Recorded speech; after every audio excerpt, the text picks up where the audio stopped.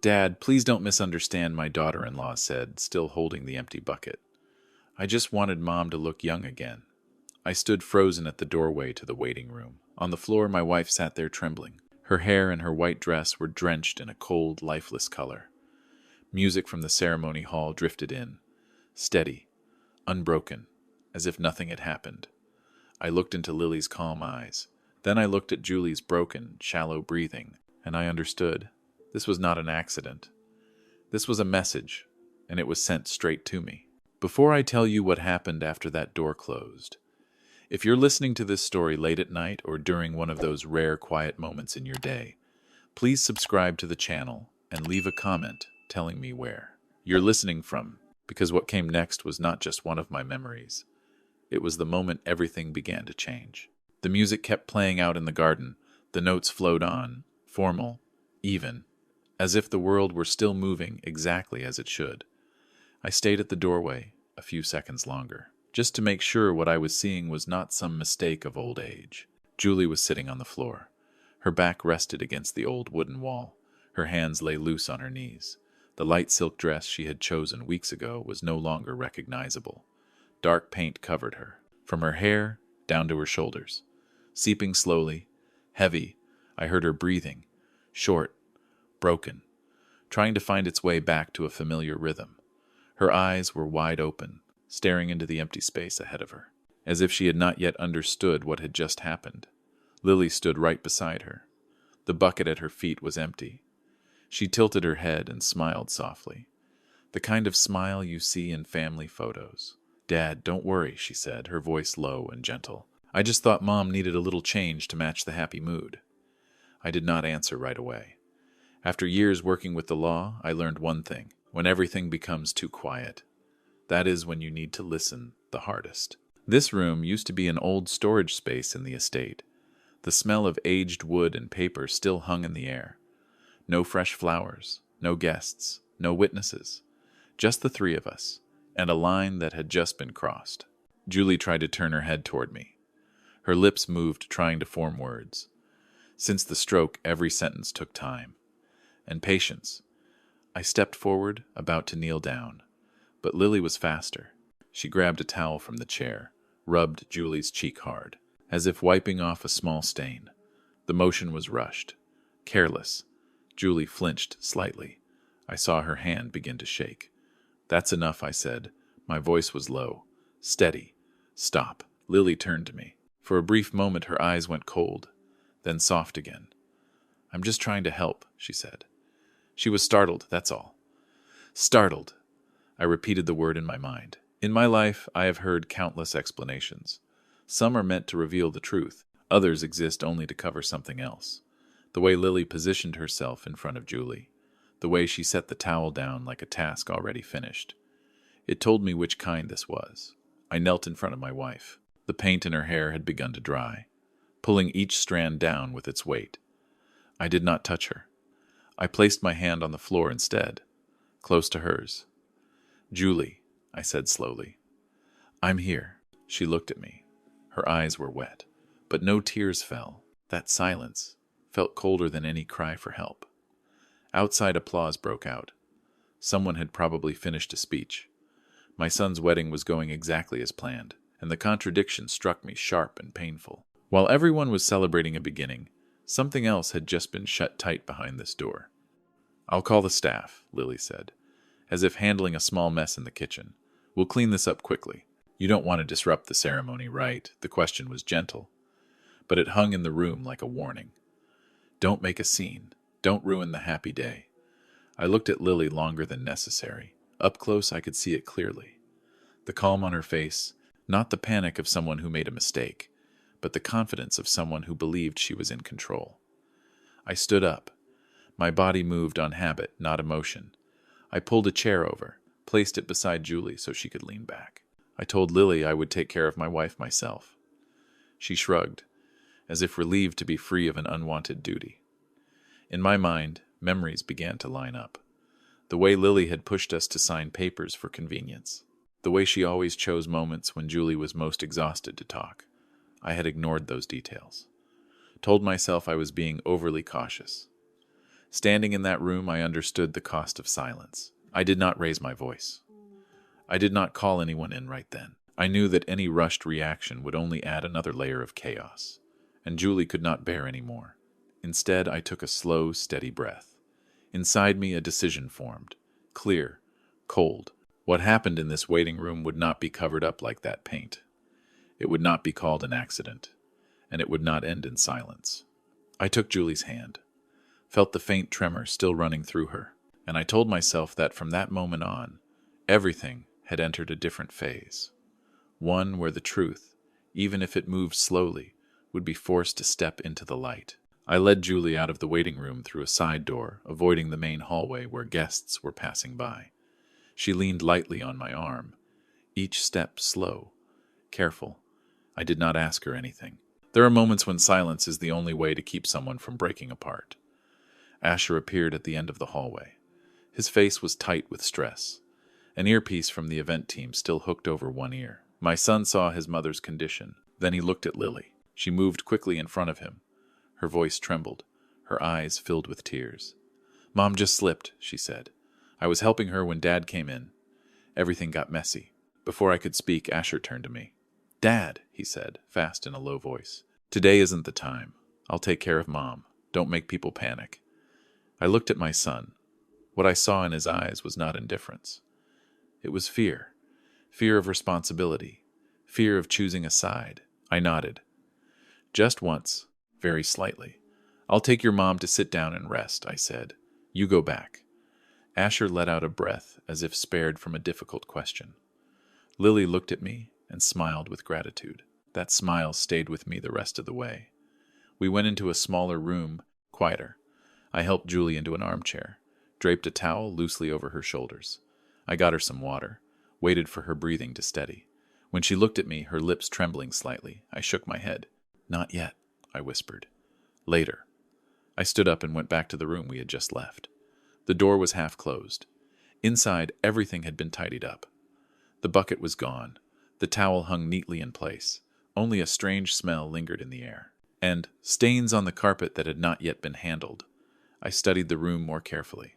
Old habits from my profession had never left me. On the bookshelf against the wall, my old handheld video camera was still there. I remembered then. That morning the wedding coordinator had borrowed it to test the lighting, then placed it back temporarily. A small indicator light on the camera was still on. A tiny detail, but enough to make me stop. I picked up the camera, removed the memory card, slipped it into my inner pocket. I did not watch it right away. Experience had taught me that evidence must be treated more carefully than emotion.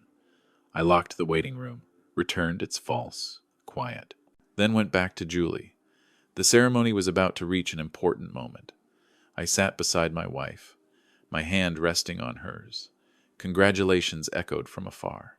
I felt it clearly. Everything was stretched, tight, so tight that one small force could shatter the balance. When Julie was steadier, I asked an old friend from the estate management to keep an eye on her. Then I went upstairs to my temporary office. I opened my laptop, inserted the memory card. I took a slow breath before opening the file. The image was not sharp, but it was enough. I saw the room. I saw Julie standing near the chair, her hand gripping her purse. Lily appeared behind her. No one else was there. At first, the sound mixed with noise from outside. Then Lily's voice became clear, sharp, urgent. She said things I had never heard her say in front of the family. I saw Julie's shoulders being held tightly. I saw her try to shake her head, her mouth moving. Then came the moment when the dark color poured down. Fast, decisive. I stopped the video before it ended, not because I had seen enough, but because I needed to keep my mind clear. What I had just seen was no longer a misunderstanding. It was a sequence of deliberate actions. I sat still for a few minutes, let my breathing return to normal. Then I copied the file to a separate hard drive, set a password. I did not think about confronting anyone right away. I thought about Julie. I thought about Asher. And I thought about this. If I stayed silent, it would happen again, in another form, more discreet. I went back downstairs. Lily was standing near the entrance to the ceremony hall, adjusting her dress, accepting compliments. When she saw me, she walked over. "Is Mom okay, Dad?" she asked, her voice full of concern. "She needs rest," I said. "I'll stay close." Lily nodded as if she had expected that. That's the right thing to do. We stood side by side for a few seconds.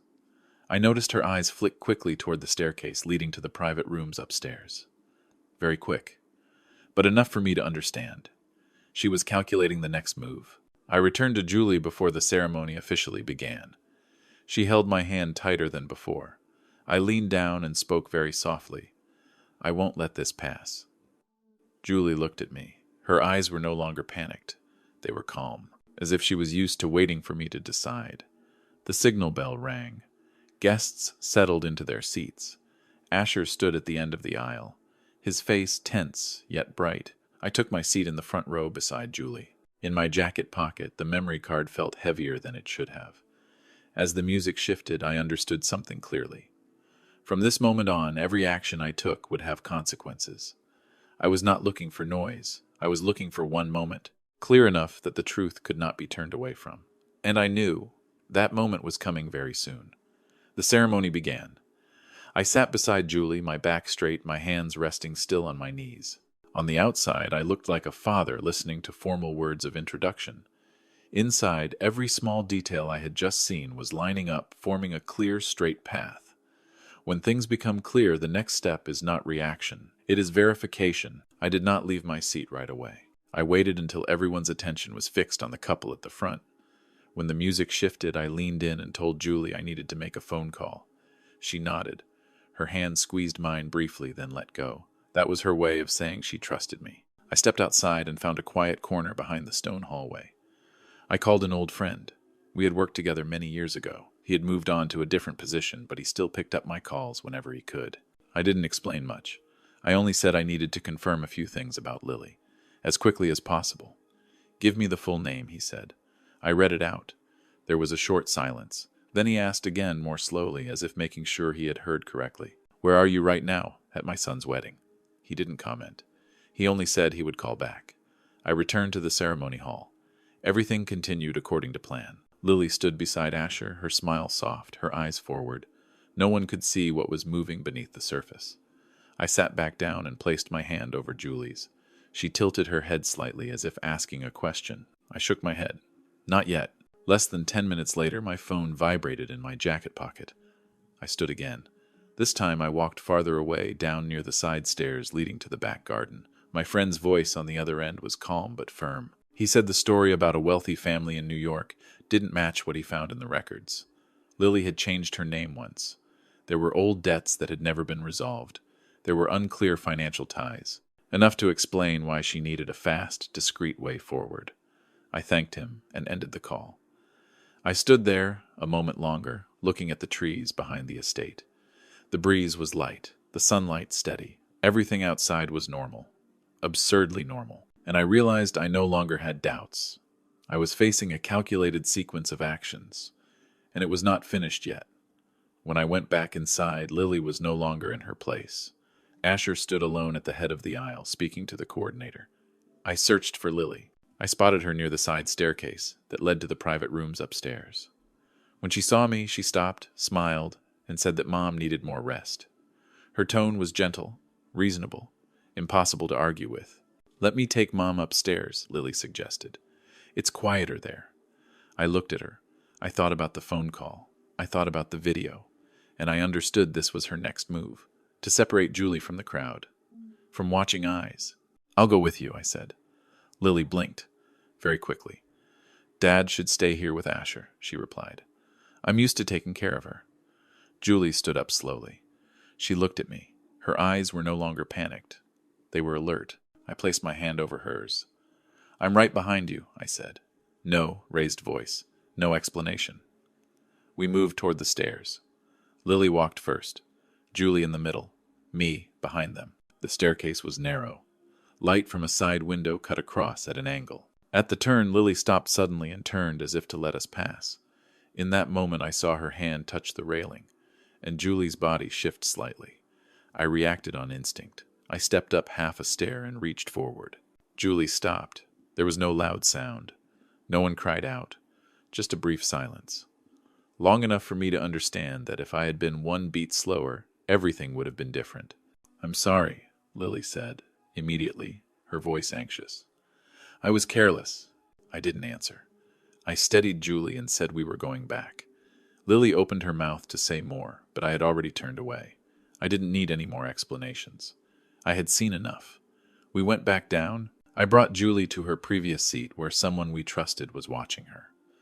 I said I would not leave her again. Lily stood a few steps away.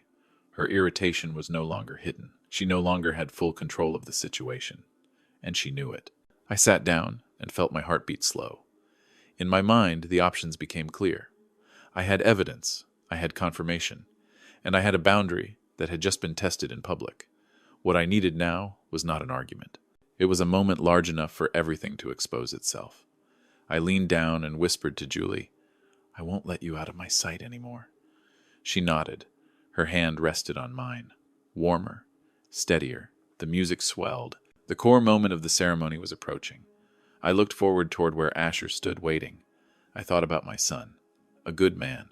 One who had mistaken silence for peace. In my jacket pocket, the hard drive and the memory card lay still. They didn't feel heavy, but I knew that when the time was right, they would change the air in this entire room. I sat up straight. I took a slow breath, and I waited. The music slowed. Then it stopped completely. The officiant stepped forward, his voice low and steady, guiding the ceremony into the moment everyone had been waiting for. Asher stood straight, his hands clasped together. Lily stood beside him, her face calm, her lips gently curved. I looked at my son. Then I looked at the woman standing next to him. And I realized that silence, when it lasts too long, eventually creates its own breaking point. When the officiant asked the familiar question, if anyone had a lawful reason to object to this marriage, the room seemed to pause. It was only a formality, a question meant to be asked, then passed over. I knew that, but I also knew this. If I did not stand up now, I would carry this story with me for the rest of my life. I stood. The sound of my chair sliding softly against the stone floor was louder than I expected. A few heads turned.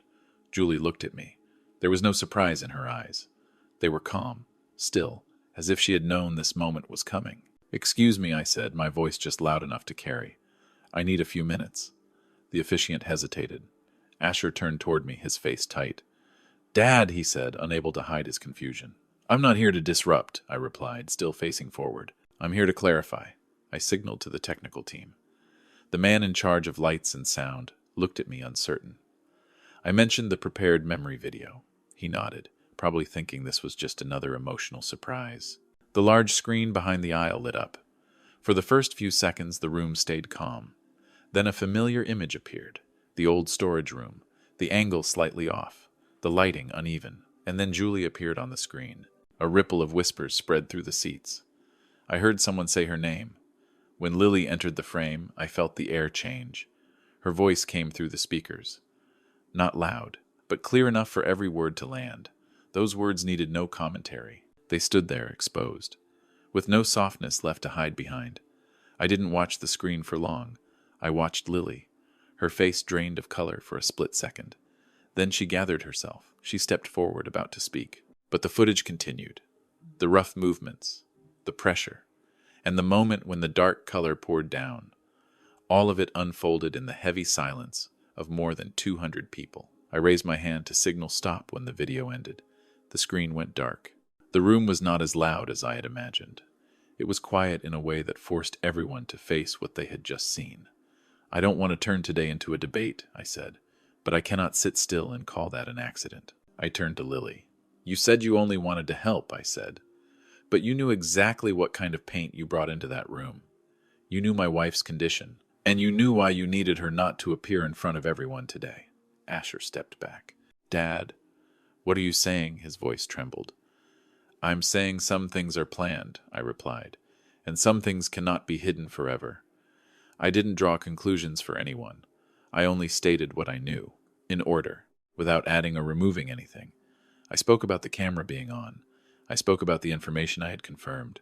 I spoke about why I believed this was not carelessness." Lily let out a thin laugh. "You're ruining your son's wedding," she said. "Just because you don't like me?" "I'm not standing here because of liking or disliking," I answered. "I'm standing here because I saw something that should not be ignored." There was a subtle movement at the back of the hall. Two well-dressed individuals stepped in and stopped at the edge of the space. I had called them earlier, when I needed to be sure this ceremony would not end with denial. The officiant stepped aside. Guests began to stand. The whispers grew clearer. Lily turned and noticed the people who had just arrived. In that moment, the calm on her face disappeared. Asher looked from me to Lily, then toward the back of the room. In his eyes, I saw something change. Not confusion anymore, but a slow breaking. He said nothing. He simply stood there, as if understanding for the first time that some silences cannot be saved by looking away. I turned back to Julie. She sat still, her back straight, her hands resting on her lap. She wasn't looking at the screen. She wasn't looking at Lily. She was looking at me. And in her eyes, I saw exhaustion, but I also saw relief. "I'm sorry I chose this moment," I said to the room. "But some truths, if not spoken at the right time, will never be spoken at all." No one answered. There was no need to. As those people stepped forward, Lily began speaking quickly. Too many words, trying to explain. I didn't listen. I had done my part. I sat down beside Julie and took her hand. Her grip was steady, warm. The music did not resume. The ceremony stopped there, and in that long stretch of silence I understood that everything had passed the point of return, not through noise, but because the light had finally been allowed to shine directly on what had always been kept hidden. After that moment, no one spoke of the ceremony again. Rows of seats slowly emptied. People left in silence, carrying confusion and questions they did not say out loud. I didn't stand up right away. I stayed seated beside Julie, holding her hand in mine, like an anchor in the middle of a room coming apart. Asher walked toward us. My son looked like someone who had traveled a very long distance in a very short time. He didn't look at Lily. He looked at his mother, then at me. "Dad." "Mom," he said, his voice rough. "I didn't know." "Now you do," I replied. No blame in my voice. "And what matters is what you choose to do with that knowledge." Lily had been asked to leave the hall. There was no loud scene, no shouting like people imagine. Just hurried footsteps, overlapping voices, then a door closing. When her presence disappeared, the air in the room felt lighter. Still heavy, but different. I stood and helped Julie up. We didn't stay long. I didn't want her to endure any more curious looks. We left the estate through a small back exit where the late afternoon sun rested softly on the stone steps. Julie walked slowly, but more steadily than before. I noticed her hand in mine no longer shook like it had that morning. The days that followed passed quietly. What needed to be handled was handled. In its own way, I didn't chase noise. I only made sure Julie was protected, and that the boundaries that had been broken were put back where they belonged. I took back control of the things I had handed over too easily, not to punish, but to prevent the same mistake from happening again. One evening, Asher came to see us. There were no long excuses. He sat across from us and lowered his head. "I stayed quiet when I shouldn't have," he said. "I thought keeping things calm was better." I nodded. "Many people think that," I said, "but silence isn't always peace. We didn't cut our son off. I never believed that was the answer, but I didn't allow everything to return to how it was either." Asher needed time to understand, so I let him walk that path himself, with the responsibility of an adult. A few weeks later, Julie and I left Charleston. We chose somewhere farther away, quieter, a place where no one knew our story. The small house overlooking the ocean in Oregon wasn't special. Just wind, waves, and long afternoons without a schedule. But that simplicity made it easier for Julie to breathe. Every morning we walked along the shore. Julie moved slowly but steadily. Some days she barely spoke. Other days she paused a long time before finding words. I didn't rush her. I had learned that patience is a form of protection. One afternoon, as the sun neared the horizon, Julie squeezed my hand gently. "Love," she said, her voice hesitant, but clearer than before. Just one word, but I heard it as a complete sentence. I turned to her. I didn't speak. I simply nodded. So she knew I heard her. So she knew I was here. We stood there watching the light change on the water. No estate, no ceremony hall, no polished surfaces. Just two people who had walked together long enough to understand this. Peace doesn't come from avoiding things. It comes from facing them at the right moment. I thought about everything that had happened, not with bitterness, but with a late clarity. Some things we think we can cover up, like a layer of paint, but every covering eventually peels away. Only the truth remains, whether people are ready for it or not. If I learned anything from that day, it's this: protecting your family isn't always loud. Sometimes it's simply standing up at the right time, saying what needs to be said, and quietly leading the person you love away from a place that is no longer safe. I held Julie's hand tighter as the sun finally disappeared. And in that moment, I knew everything we had given up was worth it. Not because we exposed a truth, but because, in the end, we chose peace. And we kept it. Thank you for listening to this story. If it made you think or touched something familiar in your own life, please tap, like, share it so others can listen too, and subscribe to the channel so you don't miss the stories to come. Your support doesn't just help the channel grow. It helps stories like this continue to be told. Slowly, honestly, and with humanity.